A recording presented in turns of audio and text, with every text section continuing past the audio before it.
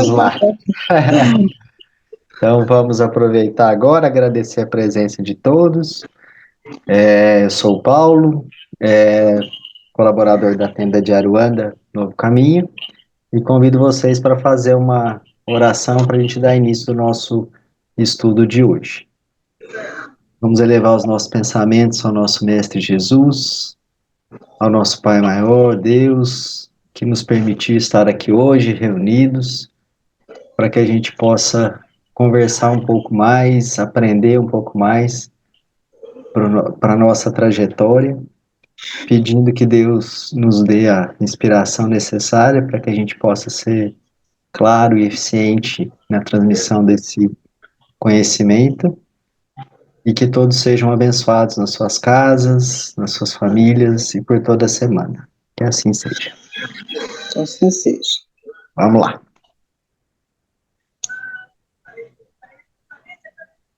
Pode colocar aí. Uhum. Sou eu que transmito a tela? O que que é? Acho que Não, aí como a Andréia é anfitrião, ela que transmite. Certo. estamos vendo. Então bota lá no comecinho para nós, por favor. Isso. Então vamos lá. Então hoje a gente vai conversar a respeito do povo da cura, da linha do Oriente. Dando uma quebradinha na sequência que começou semana passada, né, com a Vitória, que vai falar de alguns temas específicos, mas aí ficou faltando da gente falar desse povo da cura. Então a gente só vai estar passando, aí depois retoma os temas diversificados aí. Pode passar.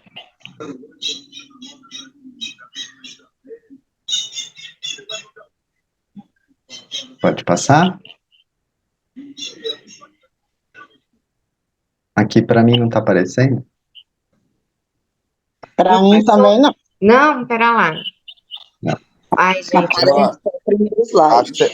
Acho que você vai ter que clicar com fechado, o mouse né? dele. Tá. Isso. Ô, gente, esse anfitrião hoje não tá bom, não. Vai na paz que dá tudo certo. Aí, vamos lá. Aí, deu certo. Então vamos lá.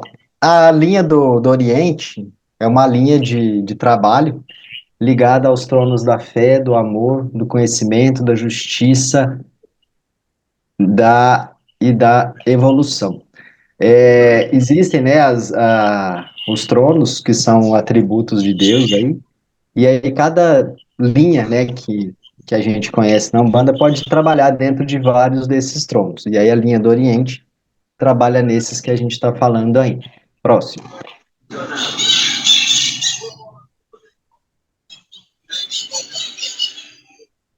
Quando a gente fala, né, da linha do Oriente, a gente geralmente associa à linha dos ciganos, que são que é a mais conhecida, mas dentro dessa linha também existe o que se chamou de povo da cura.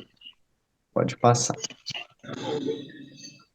O povo da cura é uma linha pouco conhecida e pouco divulgada entre os encarnados, caracterizada pela diversidade espiritual, cultural e filosófica. E a gente vai ver ao longo dessa nossa conversa por que eles são pouco conhecidos e pouco divulgados.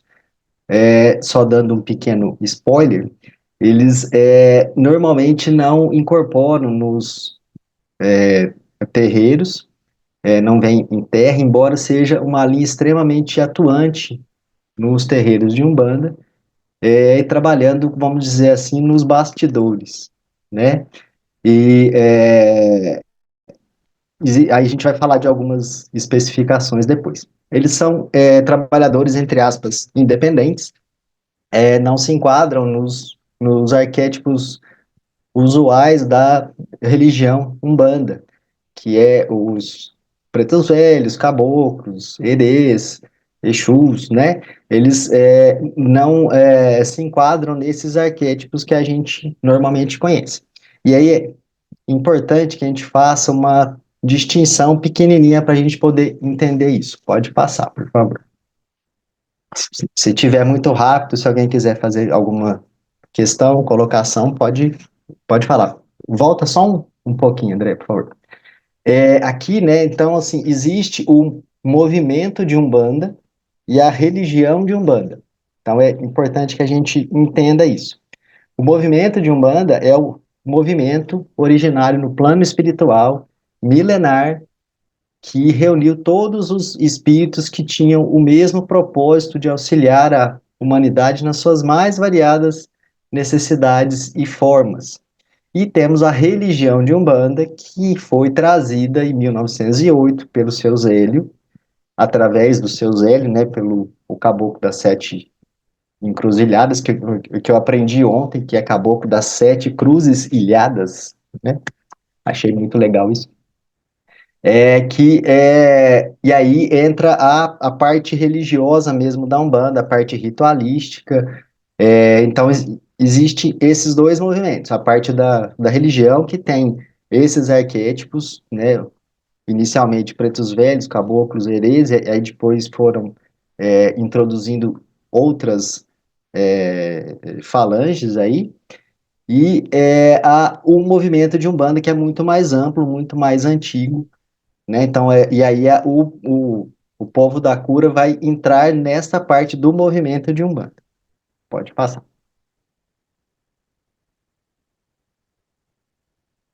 São espíritos trabalhadores que há muito compreenderam que nada dura para sempre, mas que o conhecimento adquirido é eterno.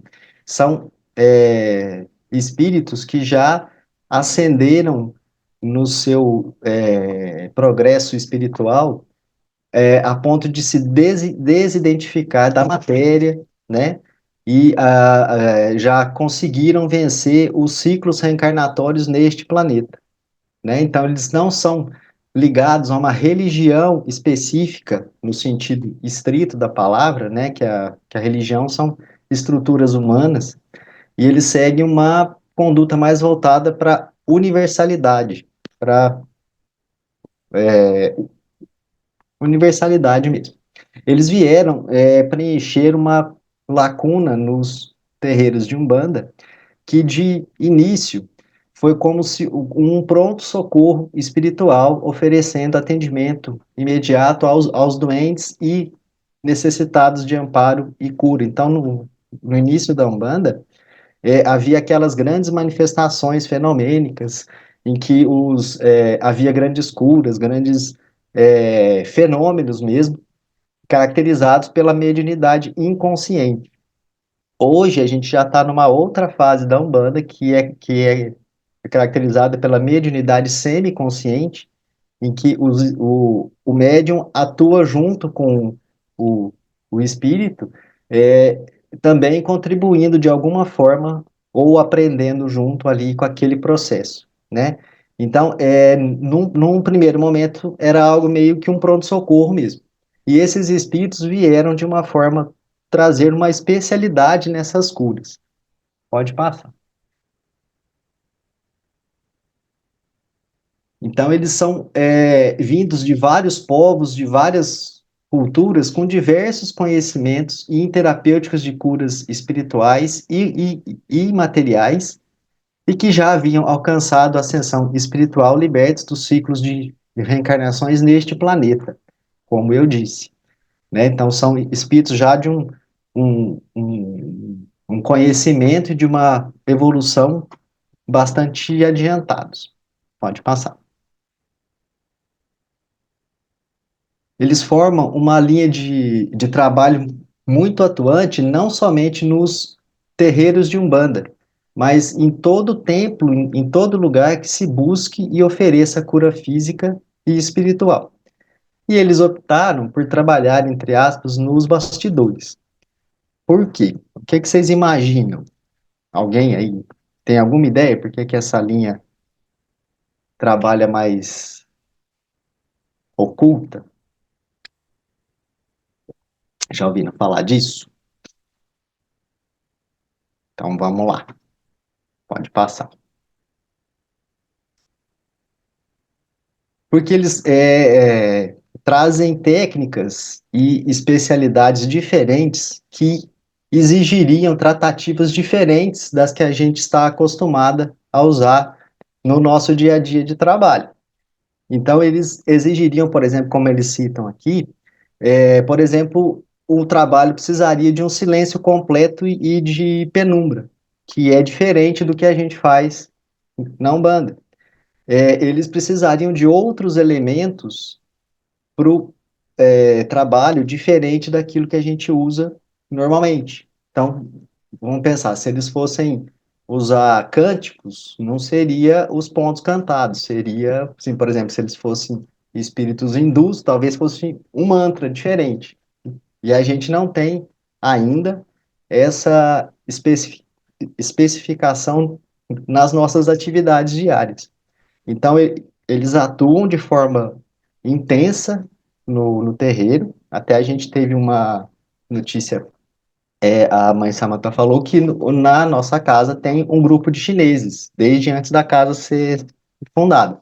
Só que eles não vêm incorporados, né? Mas eles estão lá trabalhando de forma bastante intensa nessas curas espirituais e curas físicas de uma forma bastante especializada, trazendo outros conhecimentos de cura. Pode passar. Não necessariamente são espíritos que viveram na parte oriental do planeta, embora possam ser. Eles incluem espíritos tanto nascidos no Oriente quanto no Ocidente. Então, eles podem ser chineses, hindus, japoneses, celtas, maias, astecas, atlantes, muçulmanos, cientistas, ocultistas.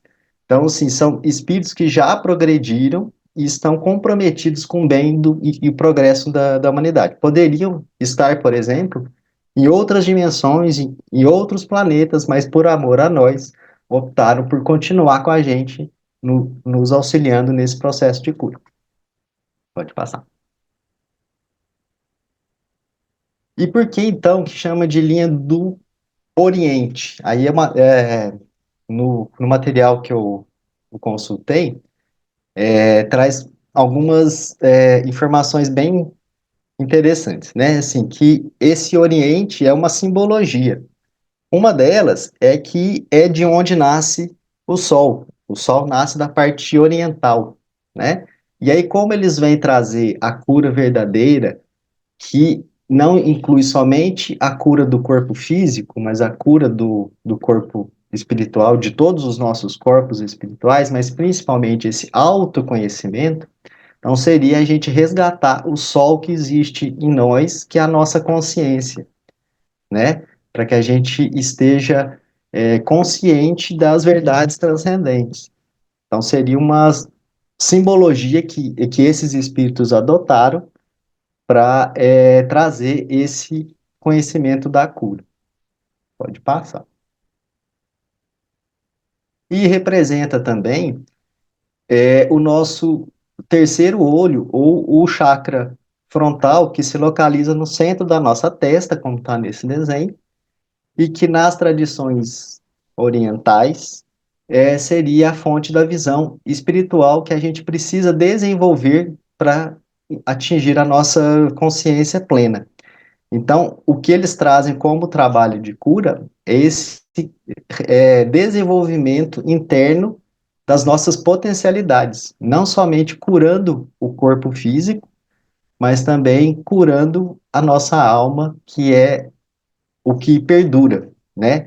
No livro Estrela Guia, que é ditado pelo Pai Tomé, que na verdade ele é um hindu, um Swami hindu. Swami é um espírito que atingiu a plenitude, mas ele se manifesta como um preto velho, Pai Tomé, ou como um caboclo, que seria o caboclo supremo da montanha. Aí a gente vai falar um pouquinho disso já já.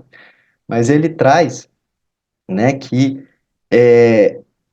o que a gente precisa desenvolver é essa potencialidade que existe dentro de nós, que é nosso eu espiritual. E ele fala muito da gente se desapegar das coisas que não são permanentes. O nosso corpo não é permanente. E a gente se identifica demais com ele achando que a gente é o nosso corpo. Então, é trazer esse conhecimento de que nós somos espíritos, nós somos seres espirituais. Pode passar. Tá muito confuso o jeito que vocês querem comentar alguma Não. coisa? Tá tranquilo, Paulo. Então, vamos lá. Como que eles trabalham? Eles têm o propósito da cura, né? Agindo em delicadas cirurgias astrais e nos corpos sutis dos consulentes encarnados e desencarnados. Que é uma coisa bastante interessante, que eles fazem uma valiosa colaboração em situações que envolvem fortes cristalizações mentais de ocorrências mentais prazerosas, notadamente nos recém-desencarnados. Então, eles atuam de uma forma bastante intensa naqueles espíritos que acabaram de desencarnar e que ainda estão muito presos à matéria, que ainda sentem o prazer, sentem fome, sentem frio, que estão muito cristalizados dessas condições e eles fazem cirurgias muito delicadas nos corpos astrais, né, desses espíritos, para que eles vão se desapegando dessas sensações e vão conseguindo entrar de uma forma mais plena no plano espiritual. Pode passar. Em geral, eles não descem na Terra, não incorporam, mas se desejam fazer, eles se manifestam na roupagem de pretos velhos ou caboclos, porque são esses arquétipos que são mais conhecidos por nós da Umbanda, e que atuam nessas linhas que eles também trabalham, na cura física, na cura espiritual, em trazer este conhecimento. Então, quando eles vêm em terra, eles vêm nessa roupagem, ou de preto velho, ou de caboclo, né? E aí o Pai Tomé explica, né? Pois essas formas de apresentação estão universalizadas no mediunismo da Umbanda e impregnados no imaginário popular. Por esse motivo, o plano espiritual se utiliza delas positivamente. Então, como é o que a gente mais conhece, para ficar mais fácil para o médium receber aquela entidade, então, para não ser algo muito diferente do que nós estamos acostumados, até para que a gente consiga trabalhar com isso melhor, eles usam essas roupagens. Próximo. Eles vibram na sua mais pura fonte energética. E mesmo que eles, né, como eu falei, são espíritos já bastante evoluídos, e mesmo que eles rebaixem, aí está um erro aqui, perdão, mesmo que eles rebaixem e muito o padrão vibratório deles, é necessário que exista uma manutenção de uma fonte de energia a mais limpa possível, tanto do espírito quanto do medianeiro. E os médiuns necessitam cumprir de fato todos os preceitos necessários para a limpeza do seu tônus áurico e exige ainda mais disciplina dos médiuns. Então, como eles atuam numa vibração bem mais alta, os médiuns que trabalham com esses espíritos, não que os outros não precisem, mas esses especificamente, como é uma vibração mais sutil, precisam de mais disciplina para que estejam aptos a serem bons instrumentos para esse tipo de trabalho. Pronto. Eles trazem, né, o conhecimento da origem real das nossas doenças e da fonte da cura. Qual que é a origem das nossas doenças físicas? É a nossa extrema identificação com a matéria, que faz com que a gente acredite que nós somos este corpo, né? Que a gente é esta matéria, que a gente lógico assim, quando a gente encarna, a gente precisa de uma identificação com o nosso ego, dessa personalidade que eu sou hoje, né, para as coisas que eu preciso desenvolver. Então, nesta vida eu vim homem, me chamo Paulo Estevão, trabalho como terapeuta ocupacional, sou casado, tenho filho, E tenho as minhas obrigações, é, papéis que eu desempenho nesta vida. Então, eu preciso estar identificado com esta personalidade que eu sou hoje. Mas o nosso grande erro é que a gente se identifica demais com essa personalidade e a gente acha que nós somos este corpo. Então, por isso que a gente sofre, porque o corpo não é permanente, né? O corpo vai morrer. E a gente luta contra essa passagem do tempo do corpo. Tá muito confuso? Mais ou menos, né? Não, tá É. tranquilo. Tá Ô, Ah, Paulo, tranquilo. Não, ah, tá a hora que tranquilo. você terminar esse slide, a gente encerra e volta, porque a gente tem 5 minutos para terminar essa, certo. tá bom? Beleza. Então, eles lembram para nós que a nossa verdadeira origem é espiritual, cósmica e divina. Então, além deles é, curarem, né, o corpo físico, eles vão trazer esse despertamento da humanidade para essa verdade. E a cura que eles trazem, na verdade, é um trabalho de autocura, tanto para os médiums quanto para os consulentes, trazendo aquela perspectiva de que não adianta a gente não ter doença, mas se a minha alma continua doente, eu vou sair de uma doença para outra. Eu tenho uma dor, vou no terreiro, o guia faz um passe, eu saio bem, mas eu continuo fazendo os mesmos erros.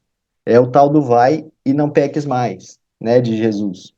Se a gente continuar pecando, nós vamos continuar doentes. Então, eles trazem essa consciência de qual é a nossa necessidade espiritual de cura.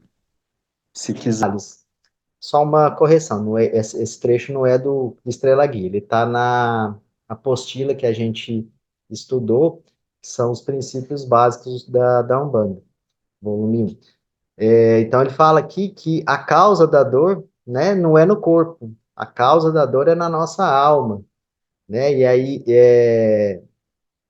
a gente precisa encontrar a causa do sofrimento para que a gente se livre dele. Se a gente só cuida da parte material, a gente vai ficar nesse ciclo de doença e de sofrimento. Então, a gente precisa olhar para dentro de nós mesmos, né? Eu vi até um memezinho, um cartoon, né?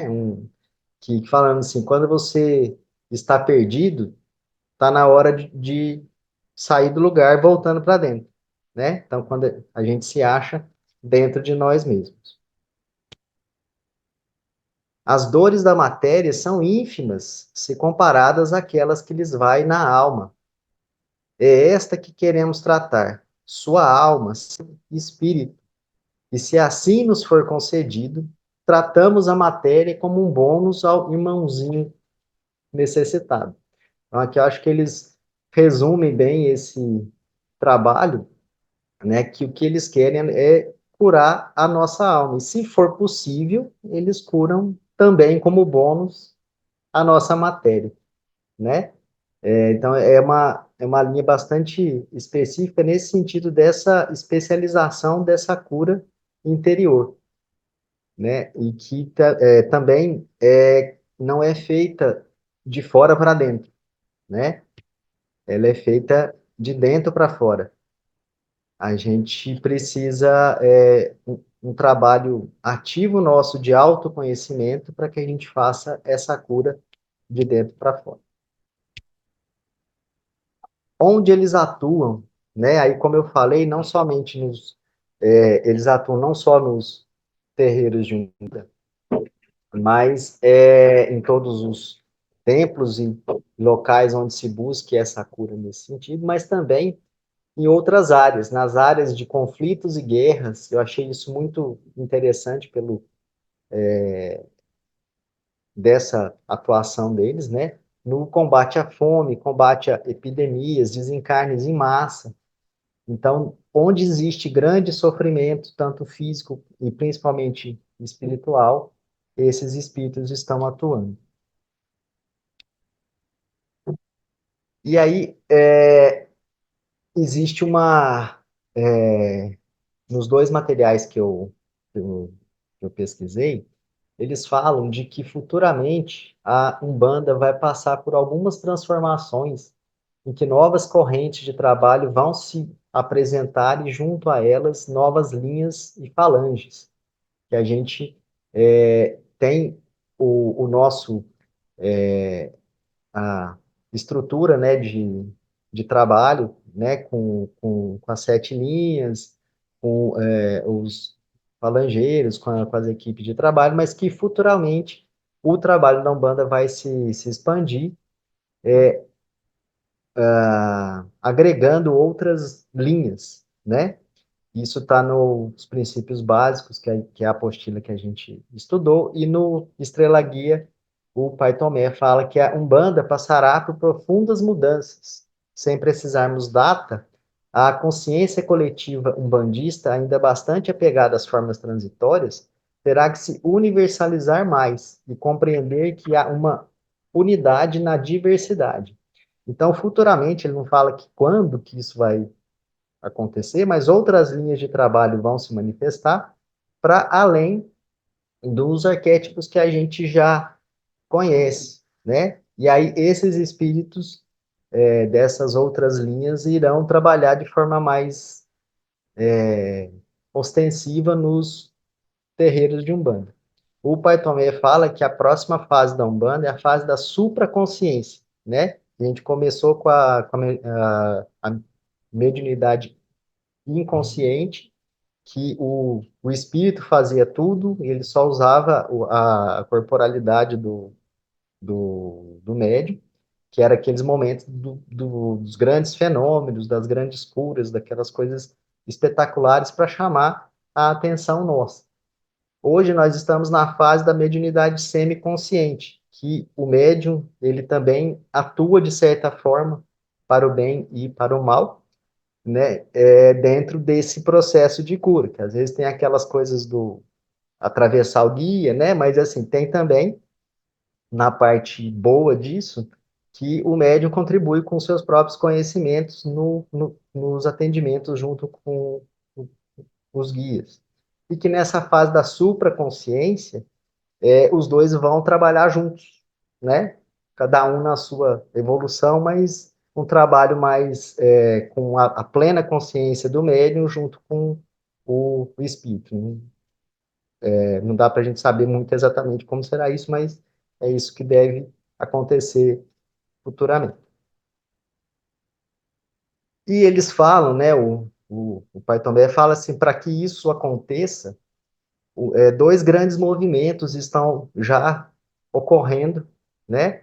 Que espíritos que na última encarnação viveram no Oriente e que tiveram uma vida dedicada à prática religiosa, meditativa, de conhecimento de escrituras, e que evoluíram nessa parte desse conhecimento espiritual de uma forma muito intensa, mas que fizeram muito pouco na prática pela humanidade. Passaram existências adquirindo conhecimento espiritual nos mosteiros, naquele isolamento, no silêncio, né? Mas que não trouxeram isso para a prática. Então, esses espíritos estão migrando para o Brasil e serão médios da Umbanda, trazendo este conhecimento na prática da Umbanda para aprender a colocar em prática tudo isso que eles sabem nessa linha de trabalho. E, por outro lado, espíritos que viveram no Brasil, que foram umbandistas ativos ou de outras religiões afrodescendentes, reencarnarão no Oriente para aprender junto com a filosofia iógica e de outras doutrinas, que prega o Deus dentro de nós e não fora, né? Que espíritos que às vezes atuaram muito, ganharam grande conhecimento, mas que se fecharam muito na parte ritualística. Então, eles vão fazer essa transmigração para o Oriente para aprender a parte do desenvolvimento interno, né? Que nós somos o templo de Deus, né? Então, existe esse grande movimento que é o nosso o futuro aí da Umbanda. E aí eu trouxe uma frase do Pai Tomé que diz o seguinte: o homem autorrealizado e autoconsciente de quem realmente é, que conhece a si mesmo, projeta em torno de si um luminoso e radiante facho de lindas cores pulsantes, como se estivesse ao sol do meio-dia em um cuidado jardim florido. Então, que a verdadeira cura que a gente precisa buscar é esse autoconhecimento, é esse processo de se autoconhecer, de se tornar consciente de quem nós somos, para que a gente faça a nossa cura verdadeira. E aí, só para finalizar aqui, e a gente poder conversar sobre isso, eu li outro dia uma mensagem do livro Vinha de Luz, que Emmanuel pega o trecho em que Saulo de Tarso é curado da cegueira que veio após a visão de Jesus, por, acho que Ananias, se não me engano. E ele como que escamas que caem dos olhos, né? E ele faz esse comentário, né, que Jesus apenas abriu de novo os olhos de Saulo, mas a partir dali, numa entrega intensa a Jesus, ele fez, ao longo de mais de 40 anos, todos os dias, esse processo de renovação dele, né, de deixar de ser aquele Saulo perseguidor, cruel, e se transformando dia a dia no apóstolo que ele foi, né? Que Divaldo Franco fala que ele considera que Paulo fez numa única encarnação o caminho evolutivo todo que se poderia ser feito na Terra, né? Então, isso não foi fácil, não foi o presente, né? Foi um trabalho de cura que ele fez com ele mesmo todos os dias ao longo de muitos anos, né? Então, queria finalizar aqui, né, deixando para vocês essa mensagem do Namastê, que é o que se diz na yoga, né, que quer dizer que o Deus que mora em mim habita, saúda o Deus que mora em você, né, que nós somos deuses e que a gente possa fazer a nossa cura verdadeira. Que eu trouxe, e agora a gente pode conversar, se vocês quiserem.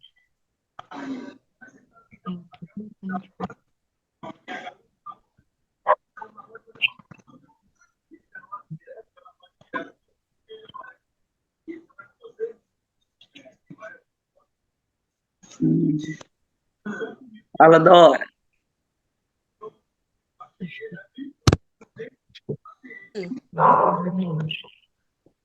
Dá? Estamos É muito, tá.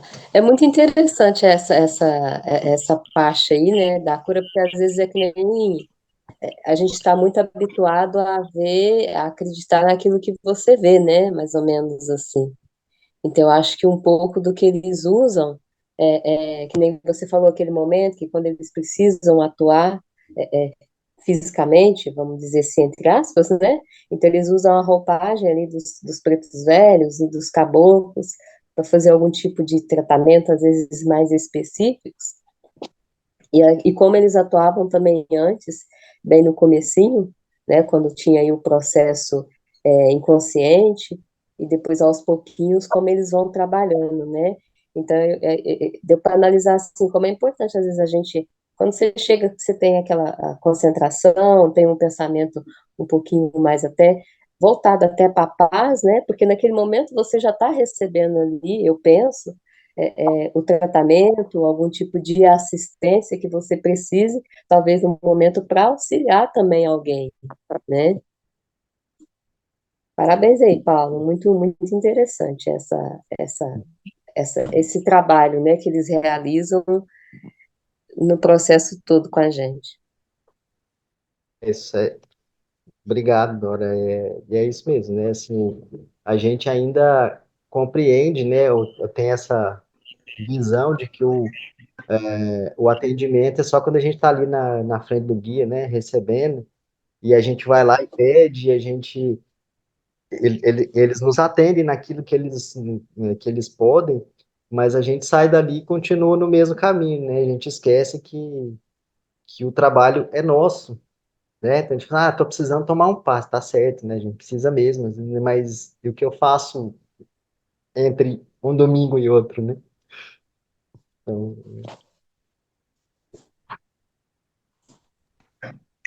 Paulo, eu também gostei muito, viu? Foi muito interessante, muito produtivo. Adorei mesmo. Você e André, parabéns, viu? Fala aí, João, você tá com a mãozinha levantada? Bom, Paulo, parabéns aí pelo estudo, foi muito interessante mesmo. E uma das partes assim que eu achei bastante relevante é essa questão da troca, né? Que vai acontecer que o pessoal que era encarnado no Oriente, que se dedicou aí a essa vida de oração, de meditação, agora vai aplicar os costumes na prática, e quem trabalhava na prática agora vai se voltar aos estudos de meditação, né, e oração. Muito legal esse apontamento que você fez também, sobre a questão que a gente faz entre um domingo e outro, porque a gente, às vezes, eu pego conversando com a Sami, com os outros colaboradores da casa, né, que ir lá vestir o branco, receber o guia é tranquilo, né? É a parte mais fácil, ser médium dentro da casa fraterna, mas ser médium fora da casa fraterna é muito difícil, né? Exige bastante disciplina, exige bastante amor no propósito que você escolheu. Eu acho que é isso aí, parabéns. obrigado, irmão. Na fala do Paulo, e a Dora também trouxe dessa questão da, da utilização, né, de outras roupagens fluídicas, de caboclos, pretos velhos, me lembrou nos primórdios da Casa Fraterna, ainda Casa Fraterna, né? A gente tinha um colaborador, ele era um médium de cura, né? E incorporava um caboclo, salvo engano, é caboclo d'água. Eu acho que é esse o nome, talvez a Samanta consegue me corrigir. E esse caboclo, né, atendia muito na cura, e ficava ele e o Pena Branca, assim, bastante, fazendo as intervenções, né, algumas cirurgias, esses procedimentos. E o médium em questão, esse rapaz, ele é clarividente. E aí, um dado momento lá, um dos atendimentos, ele falou, ele incorporado, né, o caboclo incorporado no médium, brincou assim, falou assim, é que aqui, além desses todos que tá aqui, né, Cana Branca, esse caboclo aqui também, tem um chinesinho, pititinho do zóio rasgado assim, e de bigode ali, ó. Aí me lembrou, na hora que passou isso no slide, eu lembrei na hora desse atendimento. Porque foi muito interessante, né? Como a Samantha já havia comentado, né, dessa linha, né, dos chineses, dessa colaboração desses espíritos aí orientais, de fato, o rapaz conseguiu visualizar mesmo essa entidade aí de cura. Mas, Paulo, obrigada, foi excelente seu estudo, muito, muito conciso, muito bacana mesmo. Obrigada aí pela partilha do aprendizado. Eu que agradeço, e assim, foi um estudo muito gostoso de fazer, assim, eu me interesso muito, e aprendi bastante, né, que é algo que a gente não vê no dia a dia, né, então, assim, é importante, gostei muito de estar aprendendo e de poder dividir também um pouco que eu aprendi.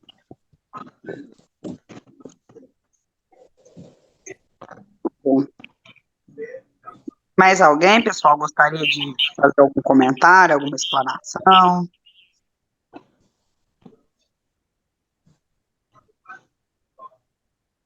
Dou-lhe uma. Um de cada vez, hein? Muito tumulto, não dá para gravar direito. Então, acho que é isso, pessoal. Agradecemos todos que estiveram presentes. E aí, no domingo que vem, no mesmo bate-horário, a gente está aqui estudando de novo.